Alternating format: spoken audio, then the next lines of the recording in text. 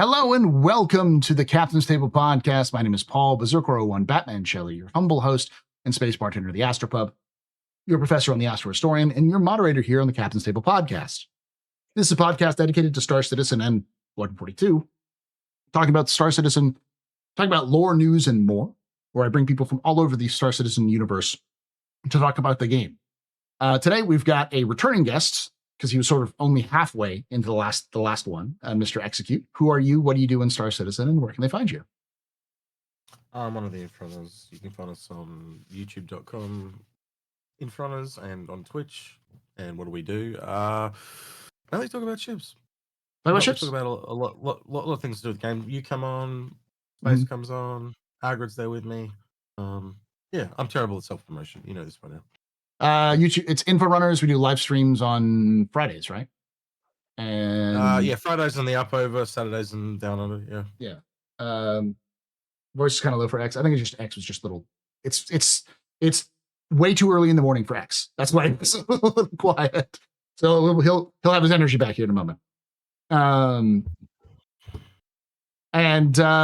next we have Mr. Bob, Mr. Build and Play. Who are you? What do you do in Star Citizen? Where can they find you? Hello, I'm Bob, or Build and Play, and I've been playing since about 2020, mostly interested in passenger transport and in-game events. Currently a tour guide for Qantas Starlines, and we just do events in the game, I guess, mostly touring. And you can find me on any social media. Sorry, what did you say, X? We're going to have to get in contact with lawyers. He's calling it Qantas. That's not how you spell Qantas. No, we are not affiliated. We are not affiliated in any way. It was pretty funny. We actually got banned of Facebook because Facebook kept thinking that we were impersonating the company.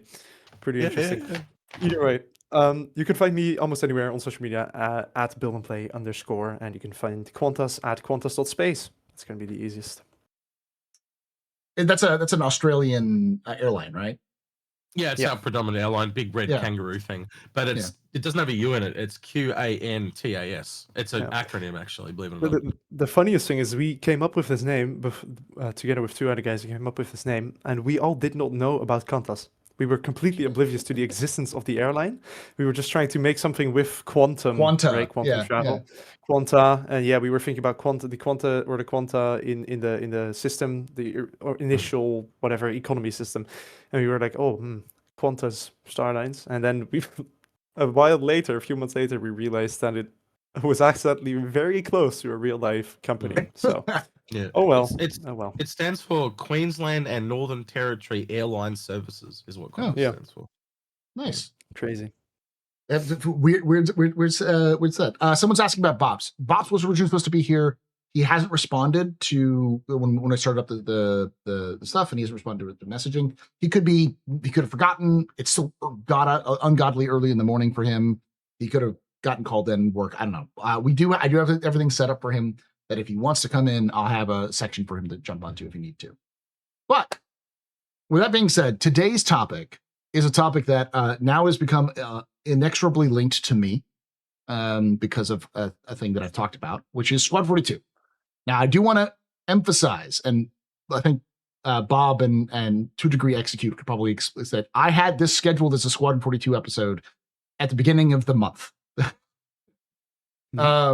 Because I was like, I was anticipating CIG doing at least a hint or maybe an announcement of Squadron. I said, even if they didn't, then there's a good idea to talk about it because it's been basically half a year, and there's been we're halfway through 2026, and Star Citizen or Squadron 42 is supposed to release in 2026.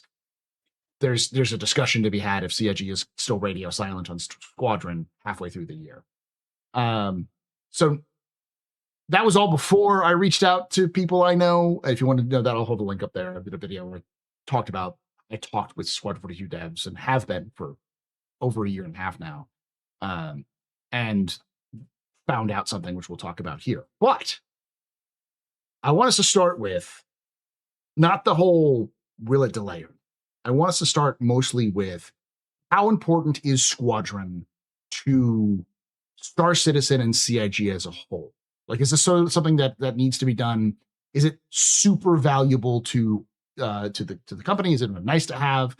Like, in your opinion, based off of how much CIG is invested in it, how important is this in terms of its success? And I'll start with you, Bob, on that one. In your opinion, how important do you think Squadron 42 is to the success of both Star Citizen and CIG? Well, I think to a certain degree, CIG will, even if Squadron gets late more and possibly even like, let's say it flops, right? Let's Mhm. say it's kind of bad. Like, yes, it's visually good looking, but it has as much bugs as the PU. I still think CIG will probably survive because of the just incredibly strong community this game has. It may dip the funding, it may kind of shrink, who knows? The company will probably shrink, they will probably lay off a lot of people if that would happen. But I think CIG will survive. If Squadron does succeed though, and if it's, as you said before as well, I don't think this story is going to be, incredibly like well thought out. I think it's going to be a story with a lot of characters, with a lot of layers, with a lot of story, but I don't think the story itself is necessarily going to be that great. It might even be a little bit cliche. But if the game is like, if the story is like that, and if the game is visually very good and technically, makes good use of Star Engine and the potential at least that the engine has and functions well, I do think the succeeding or the success of Squadron will be a pretty large factor, mostly in just sort of validating the entire project to a certain degree, and possibly just expanding the player base to the more general gaming audience. Because we still are, even though Star Citizen has been growing and Squadron 42, the community has been growing over the last 6 years, especially since COVID. We're still in a position where this community is weirdly like isolated almost from the rest of the gaming industry, especially people who are outside of it, just your normal gamer, not people who develop, because most developers know about it. But if you're just your normal average casual gamer, most people outside of this project barely know about it at all. Yeah. It's still in that state somehow, which is, I mean, only the people who know, like watch Jack Frags or maybe Shroud have seen it once or twice. But most people still barely know about the game Star itself. Citizen, Maybe they, let right, alone yeah, Squadron, and even you know? let alone exactly. So I think in that way, it is going to be very important to at least somewhat validate the company and possibly have a like massive growth of the player base. Not necessarily instantly at launch, Mhm. more like how Baldur's Gate, for example, it's more like over the few months after launch, more and more content creators start to realize this is cool, I'm going to play it, and that way it just like expands outside of just the current Star Citizen community. Yeah, I mean, I would agree that it's also like single player games are much more accessible than a multiplayer MMO. It's a lot easier to get access to it, and in theory, CIG could optimize it a lot better than Star Citizen because it's not these huge systems and all these other things they have to do. So they could hopefully make it more accessible to your average person who plays a PC. But I do think it's still going to be technically like very intense because even the way that they have said so far, at least, they're still going to be doing it like, for example, how Minecraft works, where the game is technically running on the server on your own PC and you are still the client. So it still has some sort of, it is largely going to be somewhat similar, I think, to that degree, but it should be a lot more. The situations that happen in the game should be significantly more predictable to CIG at least. So hopefully they are indeed able, to optimize it at least to a playable state where most people can actually play the game. so the to summarize a little bit the thing, what you're generally saying is that CIG has more to gain than to lose with Squadron. Like if it fails or it doesn't meet expectations or it's just buggy and then it might cause some blowback, but it's not going to like be the end of the entire company and like Star Citizen. Well, I think to a mentally to Chris at least it would be just as It bad if it probably went be. wrong. Yeah. And I do think it is. I think it depends a lot. I think it's a similar level actually, because I think that there is like quite a bit to gain, but it depends like a lot on when they launch it and in what kind of state. So it's just like, in theory, yes, I think there might be more to gain if it all goes very, very well. Okay. Yeah. X, same question to you. Like how important is it that Squadron 42 is good for CIG and for Squadron 42 or for Star Citizen as a whole? I think I'll start with where they said they wanted it to be, it was going to fund Star Citizen. Okay. That was the original plan. And I think now the project has kind of grown beyond that. Clearly, they really weren't meant to start Star Citizen until Squadron was kind of done, and Squadron's clearly grown in scope, but it has definitely sucked all the oxygen out of the room, all the resources and stuff like that. And if they turn around and deliver a subpar product, right? There's two parts to it. I think a lot of people that have had backed the project will step back.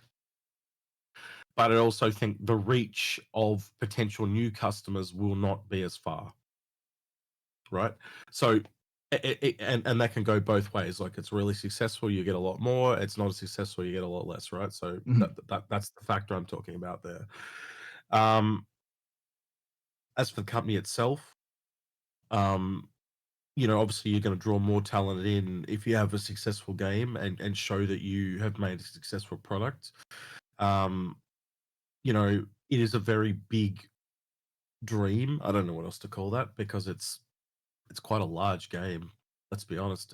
It's you kind of sit here looking at other games and it just absolutely dwarfs them. So yeah, it's something I have thought about at length. But how do you put that? How do you quantify that into one little paragraph, so to speak? It's not something that I think you can quantify. And I know you and I have had many discussions about this over the years. Yeah. It's not something that you're holding 20 plates just trying to think about it. Yeah, it's going to be tough. I hope it's not as damaging, and I keep telling this to myself. This is the thing that kind of reins my fear back in. Is even if they were given 100 years to make this game and they made it as perfect as they could, there's still going to be people that don't like this game. Yeah, of course. There is no game that is perfect. No. I agree with that generally. And you looked at the video before. It's like you said, like a part of it is cinematic storytelling, a part of it is FPS, a part of it is flying. Well, just because you like an FPS, it might be so annoying that you don't like the flight segments in this game and you don't like the cinematic that you don't want to play the game. Yeah. Yeah. It's definitely not a game for everybody. And I think it is a game built around an idea that is old, which is the cinematic, the playable movie idea, which was the idea that you were like able to live in a movie with games. And the problem is that today you say something like that and people go, oh, so Hideo Kojima, which is true. He was also similarly minded. And so you think of it like as a game that's mostly just a series of cutscenes with a little bit of game in between. But I don't think that's really the point. The point is more to try to integrate all of those things into one part. So it feels like you're playing a movie rather than just being a movie you're watching. You're engaged in it, because that's the idea. It also looks like they've made some accommodations for it too. Because remember how they said you could almost skip cinematics where they were up to and keep playing. Yeah. So if you're not into cinematic stuff, can you skip it? Can you set different difficulty settings for the flight combat and the FPS combat? So if you're more into one than the other, you can just kind of focus on the one you enjoy. So you can kind of skip past the segments you don't enjoy. Like is that a thing that they've thought of? I don't know. I'm just wrapping off the top of my head. No, and I agree, generally speaking, that I think if Squadron 42 were to fail, it would be bad for CIG in general. It would not be a good outcome.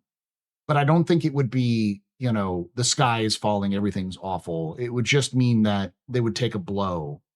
And they may... It'd be a recalibration of what they're doing. Yes. They'd have to recalibrate. They'd have to probably lay off lots of people, probably close a couple studios. Wake up call. Yeah. But the one thing that I think CIG has an advantage of is that they don't have a publisher, so they don't have to pay back a bunch of expense. For those who don't know, most games, if you have a publisher, they'll pay you money, that like a dev studio money, and then that dev studio uses that money to pay for artists and designers and to keep the lights on and all the things they need to do to make the game. so that when the game is released, all the money that comes back is effectively going to the publisher, partially. But there's a negative to that as well, where a lot of publishers will dictate what you do. They will Yes. change your game. Yeah. And so the negative part of that is obviously Chris Roberts can go the other way and do as much as he wants. But the question is he gone too far and done too many elaborate things? And a lot of people would argue he has. Yeah. I guess we'll see when the game comes out. Yeah, but the other way is it negatively affects games too, like where they cut corners and it just becomes cookie cutter. I think that's one of the story of like of Anthem, for instance, is a great example. I think of similar to that. Yep. Where too much studio interference, publishers getting nervous and stuff like that. Evolved, was another one. Yeah, that's another CryEngine game. That's why I always remember that one. Yeah. So, like, the advantage they have though in terms of financially is that even if CIG doesn't make $1 billion off of Squadron 42 immediately, they'll be fine. Like, it's okay if if Squadron makes, let's be over ambitious and say CIG makes 50 million on the release of Squadron in the first 3 months of its release. $50 million, which wouldn't be insane depending on how they price it and if they do different markups and different where they're selling and all that stuff. People would say, well, it cost $500 million and you made only 50 million, so it's a failure. It's like, not really, because they don't got to pay anybody. It's all money goes straight into the working coffers. So they have that advantage where there's not a lot of that pressure, so they can focus on making the game good. Though release is the big question, because like release at the wrong time in the wrong place, as Bob was talking about, was that like that can kill a game.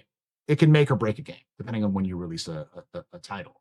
I always like to use Titanfall 2 as an example, which is one of the best games ever made. And it's not just me and my cult ass saying that, because we are a cult. I love it. It's a great game. But it's every single person who's played it. It's like if someone's like, oh, fine, I'll play it. And they're like playing it like 10 years after it releases. And they're like, I understand now. This game is amazing. Why did this not get a sequel? And that was often on special for like $5 US, by the way. Oh yeah, and to be clear, the multiplayer is cool, but we are talking about the single player. The single player. Yeah. It's right up there with Half-Life 2, in my opinion. They're probably the best 2 single player campaigns I've ever played. And Half-Life 1 wouldn't be far behind those. And they're both made in the same engine too, which is funny because it's Titanfall 2 is made in the Source engine, but Titanfall 2 was released after one of the best Battlefields ever released, Battlefield 1, and right before Call of Duty. Call of Duty Infinite Warfare. So like literally a week before. So a lot of folks were saving their money so that they could purchase Call of Duty or had already purchased Battlefield 1. And so you have this... I only brought Titanfall 2. Same with me. I only bought Titanfall 2 as well because that was the game I was interested in. But because it was kind of released in this squish between these two huge things, it got run over. Like it just was not ever given a chance to breathe and never got a chance to find an audience because everyone was talking about how awful Infinite Warfare was. It's not that bad, guys. It was just the sign of the times with the issue. I got screwed over. Battlefield 1 came out before Titanfall 2, but it came out like a couple of weeks before. We're talking like EA set it up. EA as the publisher set it up to fail. Long story short, that's the problem. Yeah, and that's the problem about release is that when you release, and that's why everyone, including Chris Roberts, brings up GTA, is because that's why everyone's avoiding GTA's release because they don't want to get run over when it comes to like the attention economy from things like reviewers. People talking about the game with their friends, people talking about the games online, people doing videos of the game online, and not monopolizing Twitch and YouTube, all those sorts of things. So, but are you buying GTA? Are you buying GTA 6? I don't have a PlayStation, so I'm not buying GTA 6. I'm not buying it. I'm not interested in it at all. But that's not the problem. The problem it's a different console. It's a console versus PC. The problem is the attention. And that's the reason why plenty of games are avoiding it because they want to sell their copies. And if everyone's like looking at GTA 6 and going, it's going to cost me $100 and I only got this much money this month. I'm not going to buy anything else. So the question becomes, when do you release it? Because CIG has now delayed Squadron for so long that the release itself is being threatened by not just one, but multiple other games, which some of them are also in the genre. Like, for instance, the new Expanse game done by, is it Owl? I can't remember the name. You talking about Osiris? Osiris. Osiris. Yeah. Reborn or whatever it's called. I think it's a little bit different, but yeah, I see where you're going. Yeah. Other sci-fi games. You're saying other sci-fi games. It's Alcat, yeah. It's other sci-fi games, but it's like it's a different game, but it's like it scratches the itch of that science fiction sort of Mass Effect style Wing Commander-ish game. And then you've also got Exodus. Space. Yeah, what was that, Bob? Grand epic space battles and space opera. I guess it a space opera game. Yeah.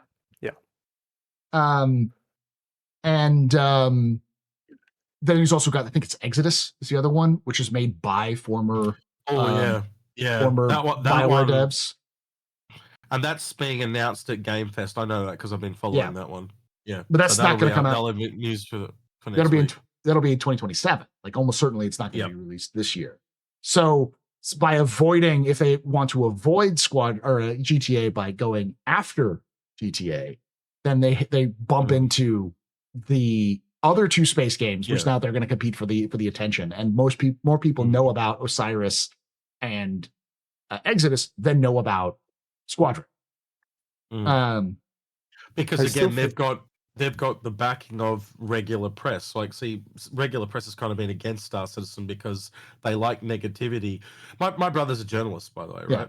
A gaming journalist. And one of the things that we talk about a lot of the time is that they should always have just flat played like their salary should be flat. It should not be tied to how many clicks their articles get because it instantly installs a bias.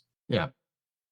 Bob, you're going to say something? I mean, I do think that if something like Squadron 42 would launch, I do think those same media would still make pretty big articles about it because it would be like Star Citizen just finished the game. It's still very clickable. Maybe slightly more negative, or like it cost them 1.2 billion or something at that point. 1.2 billion, 15 years, and finally released. That's super clickable. Very good clickbait. Yeah, exactly. So I do still think they would make titles, and I do also think that even if Exodus and Osiris would release, it would still probably be a better time. It depends a little, but the title is $1 billion for this shit? ? Like you can see it already. Yeah. I mean, that's what my title is going to be for my review of Squadron 42. And I'll probably like the game. Like, But so it's just one of those. It's just the reality. CIG sort of put them in that themselves with that.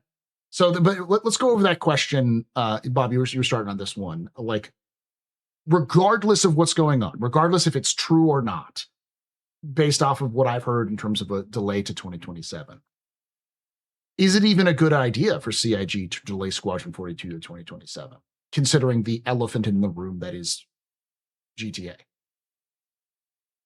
Right. I mean, in my opinion, I Jesus Christ, massive firework outside my bed.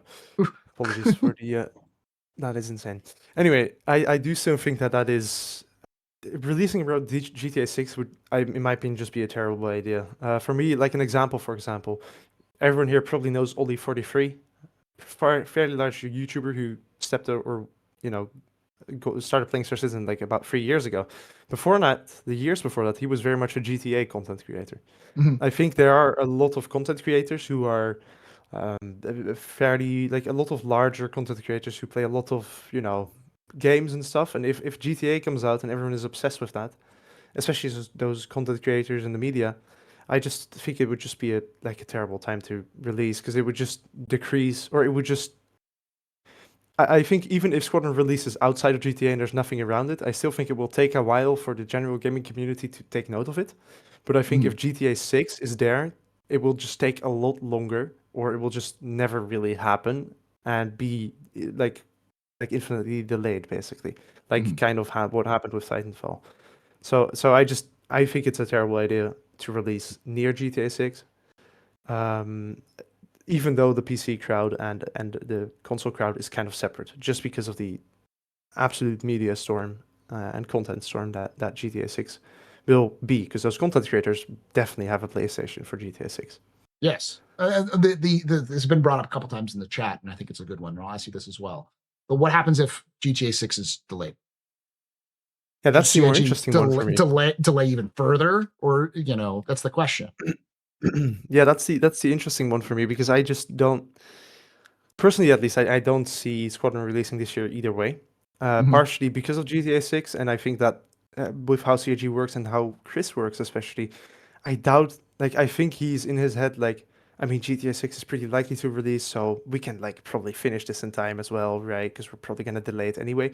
And he adds, like, a few things or wants to improve certain things, to the point that, when GTA 6 gets, like, delayed, and then he realizes, oh, well, we could theoretically release it, then it's not even possible anymore because they, changed these, like, last-minute things or whatever. Mhm. So I do think that would be the most difficult scenario. Then I do think it still depends on when GTA 6 releases, because I feel like it's probably going to be moved to summer then, early summer, 2027, if GTA 6 is delayed. Which would, yeah, at that point, I guess CIG would probably just delay it to end of 2027. Yeah. I would imagine. I'll add, and then I'll go with you execute. I do think that's one of the reasons why they're so cagey. I like, they probably have an idea, which, well, I should say, trust me or not, I know they have an idea of when they're going to release it, but that's probably just we are planning and shooting for this, but we still are wondering about all of these other factors that might come in, because finishing a game and getting it ready to release are two different things, and releasing a game is a as we said, is a very important factor in terms of its success. And while I think it doesn't matter as much, like, I think if Squadron 42 released on the same day as GTA, I think Squadron 42 would still do fine, but it would lack the appeal that would then get more people involved outside the community, which would then would delay any sort of growth that it would have until 1, 2, 3 years after the fact. And it would need to have to develop a very hardcore fan base that's just dedicated to Squadron 42 to really pull that up, even if it was perfect. So yeah. The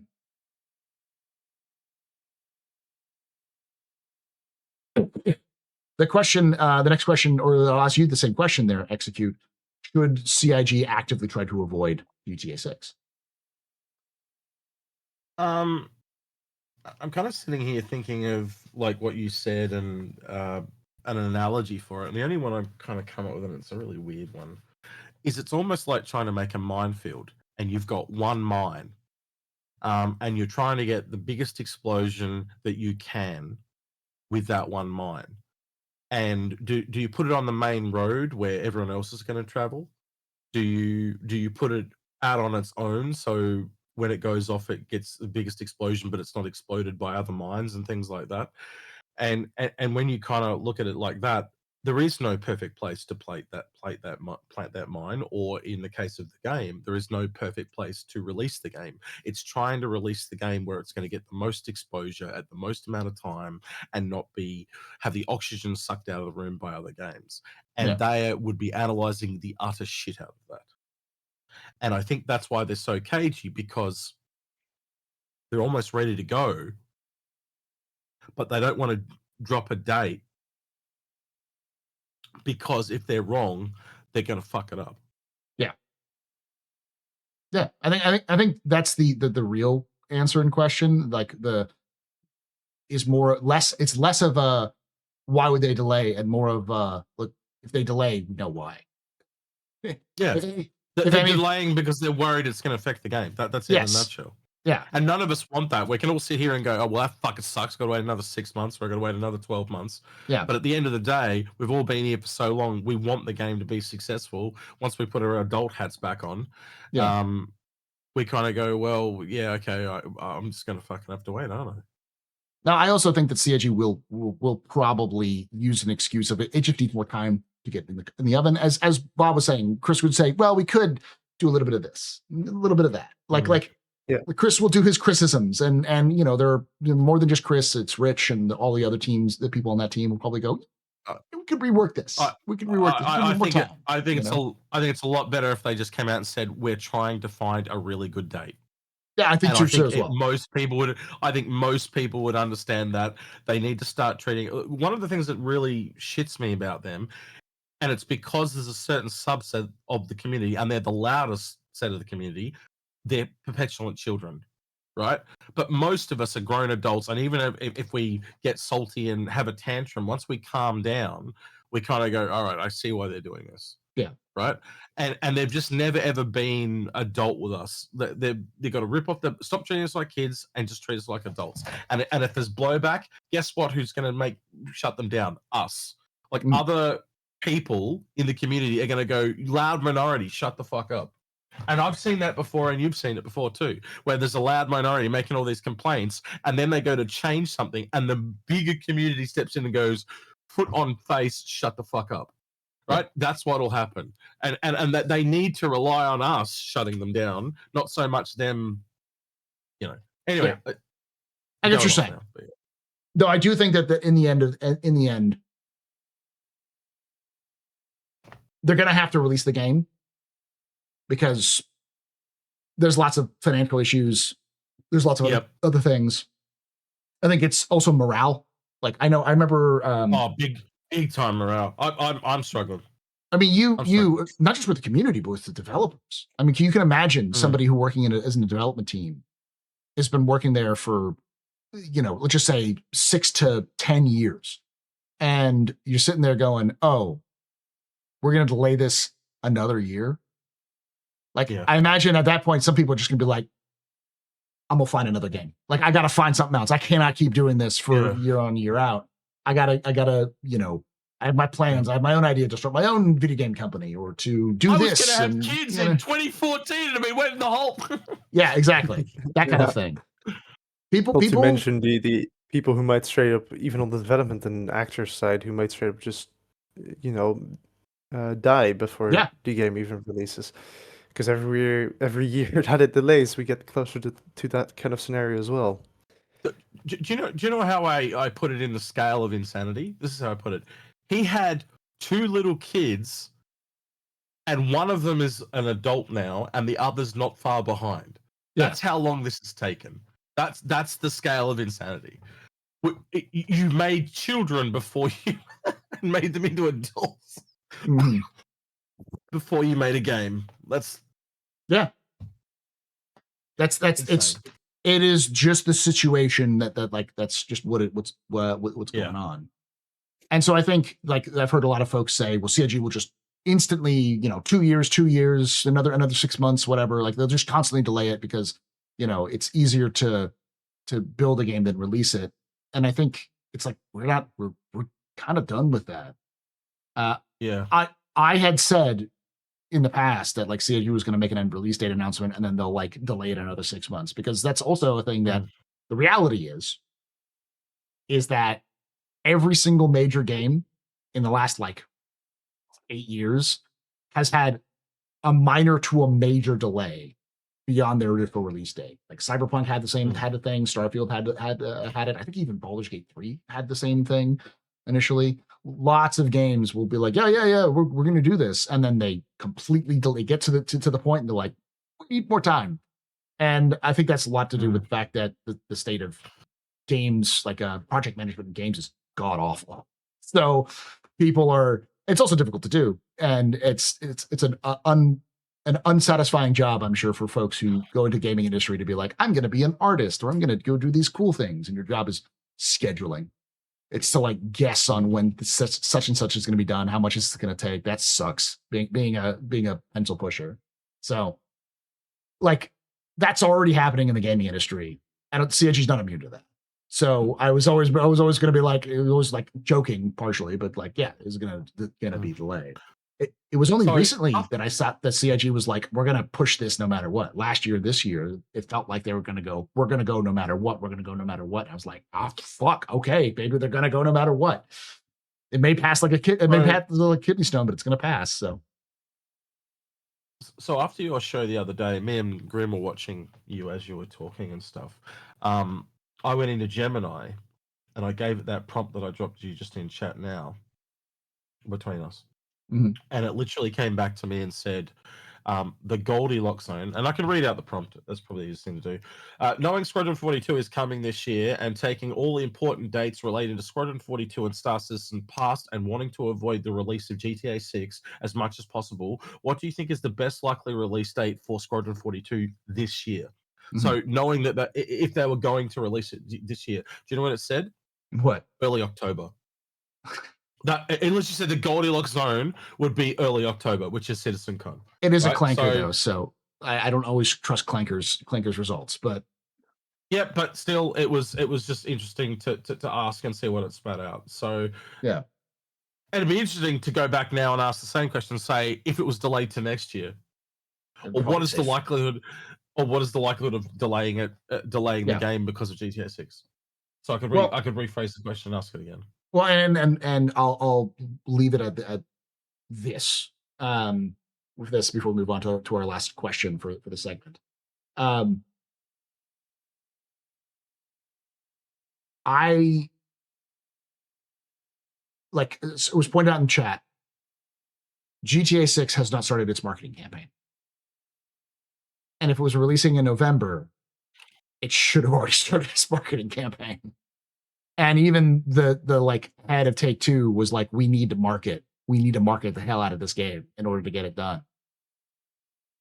So that's another thing to just flip it on the side of CIG. CIG also hasn't started a marketing campaign. We're halfway through the year. They have 6 months left. Until the end of the year, and they still haven't started a marketing campaign. I know Chris said he was going to do a short marketing campaign, but if GTA isn't even doing it yet, that's probably making a lot of folks nervous about what's going on.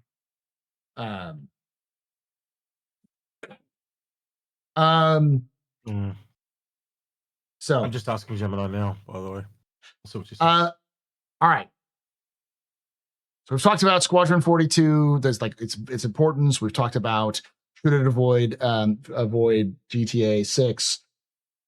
I'll ask the last question, which is, would a delay to 2027 hurt CIG? Would it actually do damage to the game's reputation or to CIG themselves? And I'm going to preface this because I know a lot of people in chat and in your comments down below are going to be like, yes, I will walk away. I don't care. I don't want to sound like a dick, but you don't matter. It matters in terms of the aggregate, the total number of people, not the individual. If you got to walk away from something because you're pissed off about it, that's probably the most healthy thing to do. I have always said the smartest people who bought Star Citizen in 2012, fucked off to the other side of, enjoyed their life doing other things, and will show up at 1.0 and be like, neat, the game is released. I'm glad I still have it. That's so like If they're still alive at that point, to be yes, fair. But yeah. Well, we've lost people. We have lost people. We in have. a way. I ask myself that a lot. Like, if I went back to the start now, would I do it all again? And I'm not sure if I would.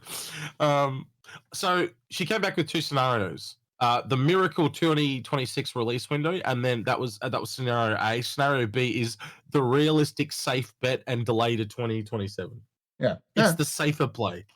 So, do you think it would actually hurt the game? I'll start with you, X, and I'll move to Bob.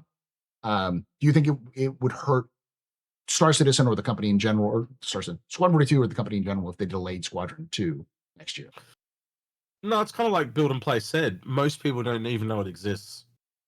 So giving it more air to breathe is going to be better for it in the long run. It's just that you potentially piss off the people that are already here. Yeah. And when you look at it, do you think there's more customers that we have now, or we are going to gain more customers when it come out? Right. And I think you're going to gain more than you've already got, to be honest. It's definitely a potential of growth. Bob, same question to you. Do you think it would hurt the game if it got delayed? Well, to be honest, I just kind of don't think so. There might be some people in the community who do say they will walk away. And even it's still the question if they will. Because with Yeah, we Socials also and a lot of we, people are very much. we Oh, get I mad. was lagging. Yeah, no, you're good. I was Yeah, gonna say like we've all heard people who get mad, and it's the what's the sunk cost fuck fallacy, man. fuck you, and I'll see you tomorrow. Kind Yeah, of. exactly. Socialism really is like a toxic relationship Yeah. sometimes. But I don't think it would hurt. I mean, it would be another blow to the community, mostly just disappointing, in my opinion. But I don't think it would necessarily hurt that much financially, or it would probably even help if the release would then be timed better. I did also want to note the response from like let's say GTA releases right half November, which is most likely if it does Mhm. release, 16th or something of November. Yeah, it's like 16 or 18. I don't even think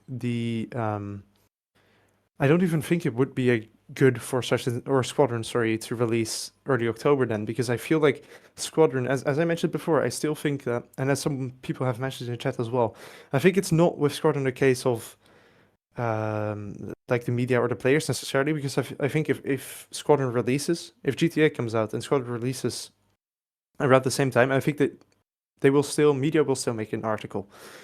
I think what's Right. more important is just the content creators who start to realize, oh, people like watching this by seeing other content creators creating content about it. And by that way, actually spreading it out. And then, people watch a video, then mouth to mouth, friends to friends within the entire more general gaming community. So You've in got my a good opinion, point there. it would be this better. This will be a really good game to stream because of the cinematic nature and the film stars in it. I didn't Yeah. ever really kind of think of it like that, but you're right.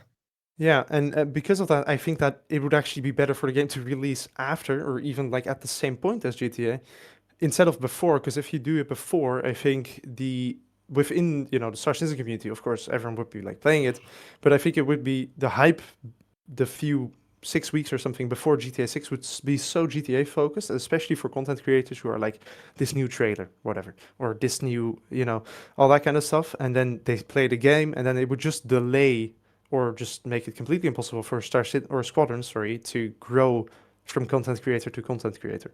Because Yeah. content creators really, especially the more general ones who are more likely to play Squadron in the first place, are very much still focused on making videos that people want to watch. And if they see other content creators who succeed by making a Squadron video, then I think the actual like real chances there, because obviously the most casual, the general gaming audience, the more casual gamers do not really read the gaming journalism.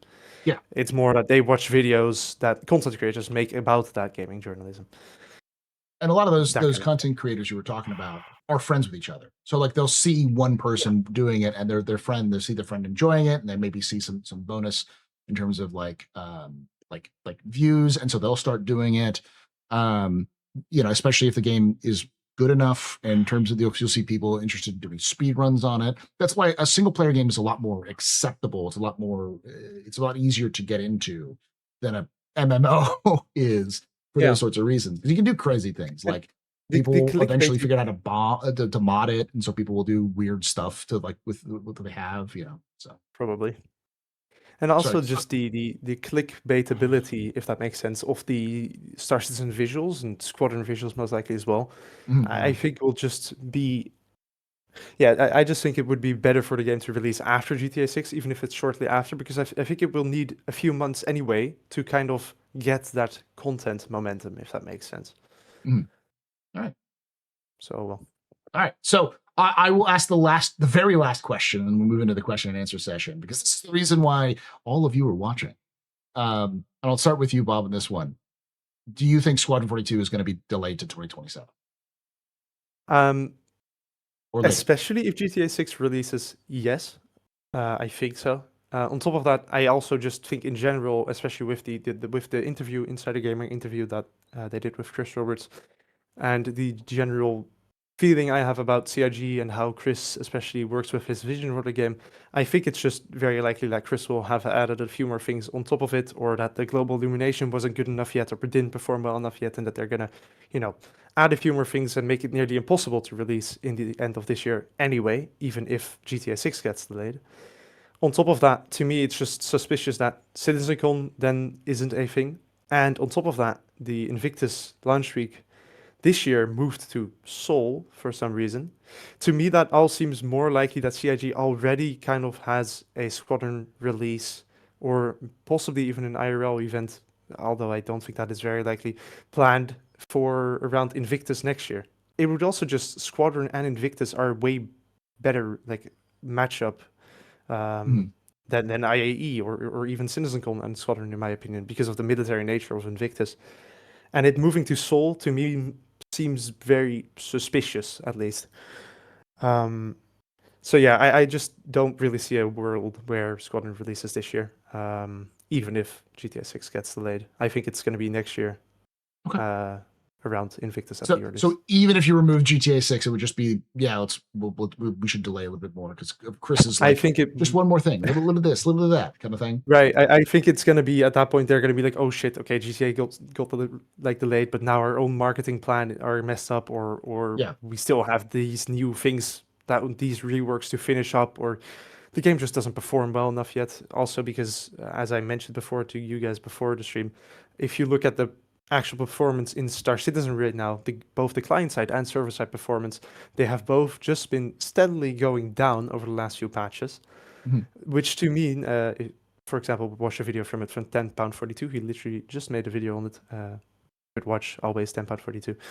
And I just, to me, that signals all the technical staff which CIG has, the very technical devs who work on networking, on core functionality. Once again, networking is important for single player too, when it's run like a client server side game, to a certain degree at least. I think all of those people, which probably isn't even that large of a number because of how rare those people and how expensive they tend to be, because Google and stuff have way more money to give them higher wages. I think that all of those people are working on the optimization and stuff as well. So I don't know. Execute. Do you think we'll see a delay to 2027?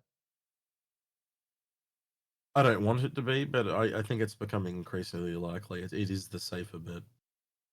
I've heard things, as I know you have, Paul, about optimization problems. Only a year ago, I heard I got people from CIG asking me if I knew anyone that worked in AI, which is fairly late. Yeah, it's fairly late. Like if you're working on AI only a year ago, that's pretty late. So I kind of add the sum of my knowledge together, and I think it's not just a game problem. I think it's a knowledge or the skill of a certain level of the staff. They can't get to where they need to get to because they're missing core people. That's kind of the impression that I'm taking from it. It's core talent, and getting the engine up to that optimized standard they need to get it to. It's essentially feature complete, like they said. Yeah. But is it playable? Is the next question. And I think that's the thing. They're trying to get over that technological hurdle to make it a polished game, and that's the thing they're struggling with. There's just not enough people to pull that off in a timely manner. That's kind of where my brain goes now. I don't know if you're with me on that, Paul, but that would line up with what I've heard, and I think you've heard, correct me if I'm wrong, similar things.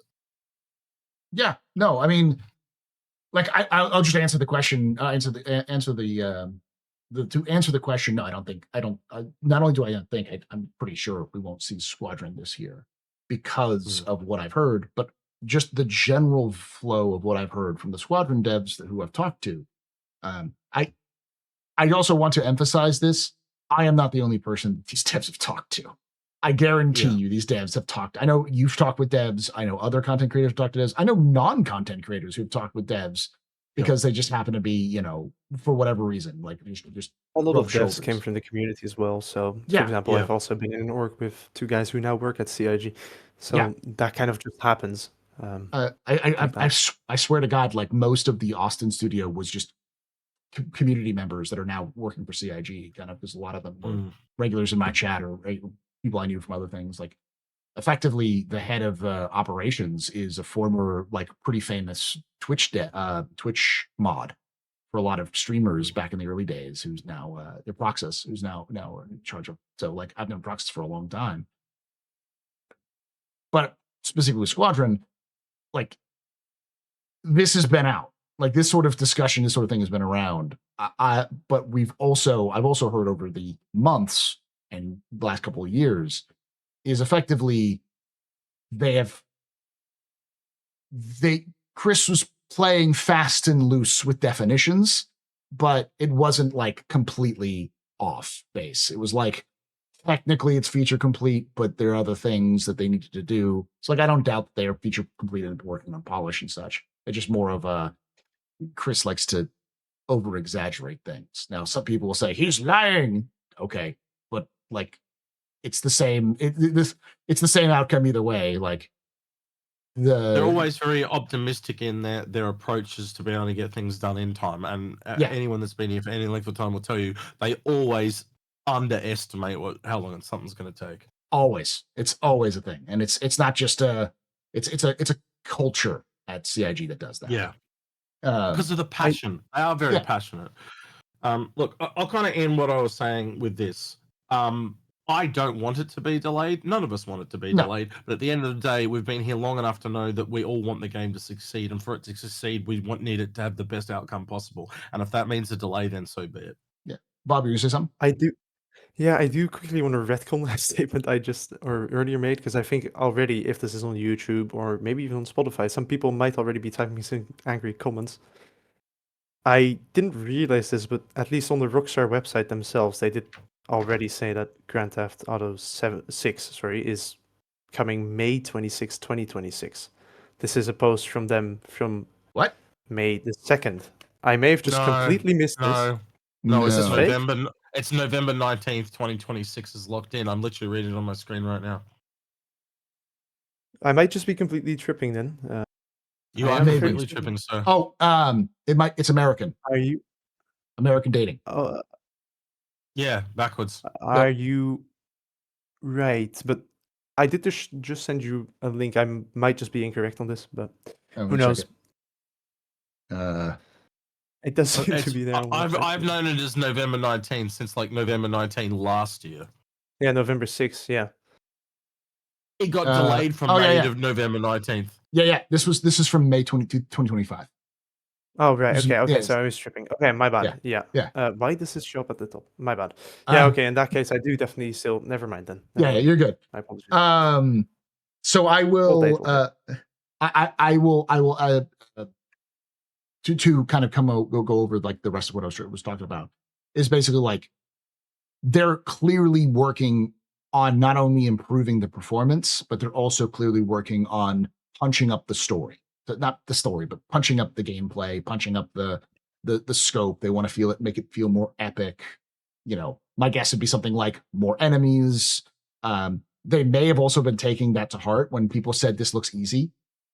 Remember, that was one of the big complaints, is people like, this looks easy. Like, you don't even play your own game. I would be able to dome these boys in a second. It is the tutorial level though, so it is easy. But a lot of, they may have also taken that into heart, and they were like, well, maybe we should increase the difficulty, maybe increase the numbers or something like that.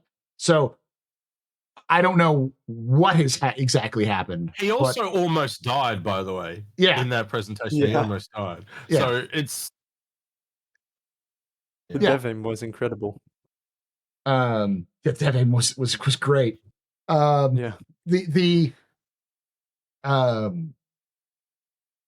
may be just because they took a look at it and they said it didn't feel like it was hard. So it could be a matter of like they wanted to change like the music or the numbers of enemies or whatever. Like there's a lot of feedback and things that can change. I remember reading about like so I read a book way long ago. Well, many books, but one of the books I read long ago about like writing in video games.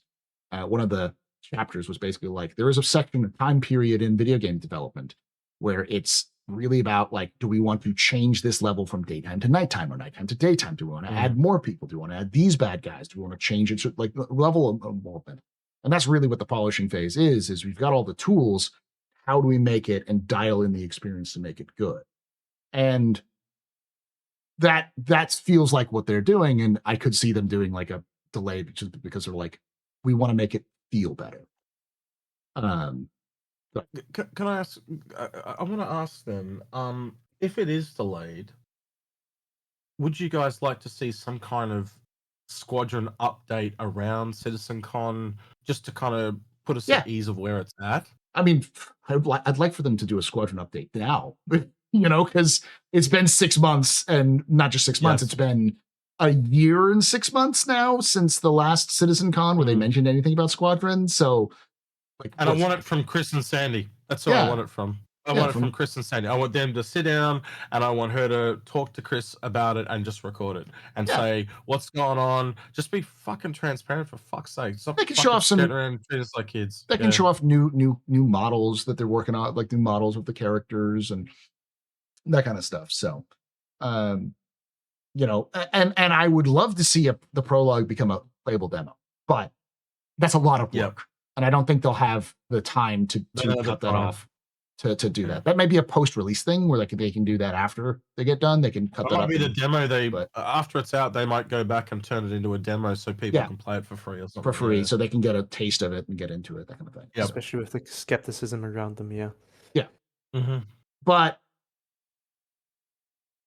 hopefully, the whole idea is that I don't think that them delaying to 2027 is any one reason. I think it's a multitude of reasons, including GTA, including their own internal designs, including maybe problems they're having internally.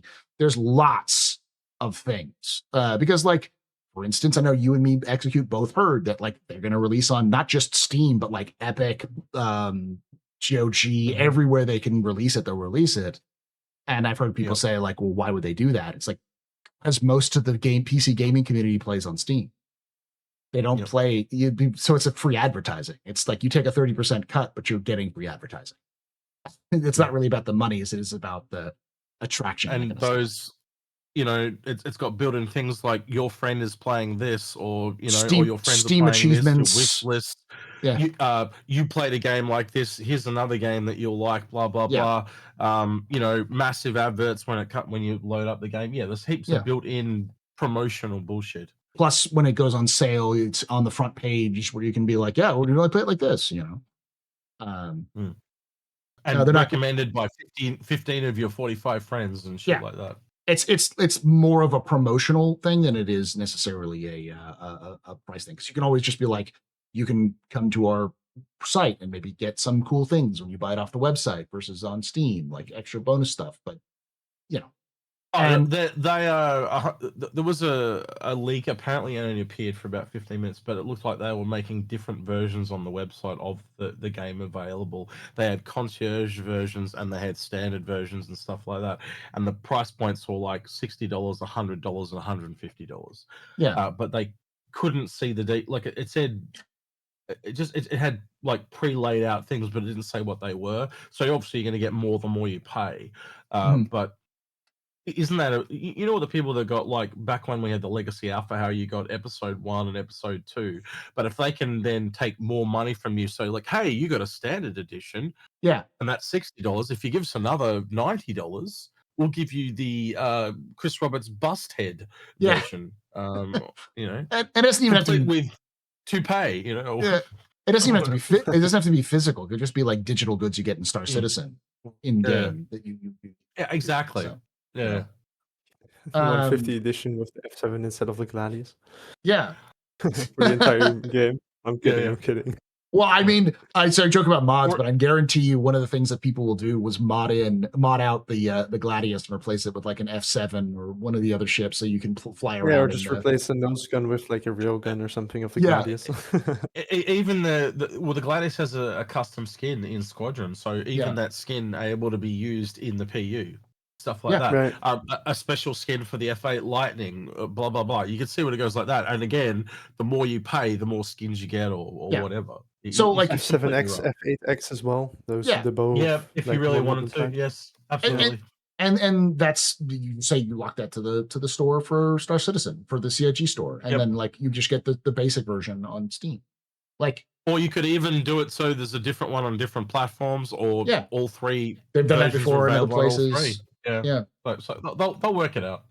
So my point being is, like, you and I both heard that rumor, and that makes a lot of sense. And that was we heard that rumor die a year ago, something like that. It would have been 2 years ago. Yeah. Or actually, over 18 months ago for me at this point. Yeah. So like, and we both heard it from multiple different sources, so it's clearly they're talking about it, and it makes sense.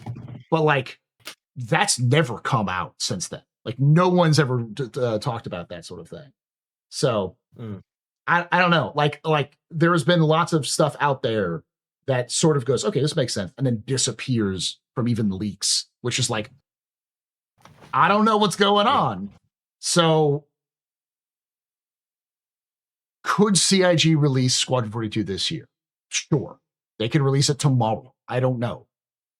But is it likely based off of what I know? Absolutely not. Like, I just do not see it now. Especially with the lack of any sort of marketing, any sorts of like urgency. There's not even like little, hey, wink, wink, nudge, nudge kind of things that are going on. There is another upside. I'm just realized sitting here. And it's not for Squadron, it's for Star Citizen. It allows them time to get the PU, all the shit in, like base building, the Planet Tech V5. Like, if they have another 6 months, maybe they can get more in, and maybe it makes that game more tangible for people to transfer across as well. So yeah, but more stable. Yeah. Bob? I do think it's quite unlikely, though, that base building at least is going to be. I mean, CIG's target, based on the Bar Citizen yesterday at least, is 2027. Yeah. So, I mean, so if there's if that is the case with CIG, I think base building is most likely going to be after Squadron, no matter what. Yeah, I do think they'll, especially Planet Tech V5, or at least the first implementation of it in probably the form of some of, if not all, the Nyx planets, is something that could very well be sort of a like.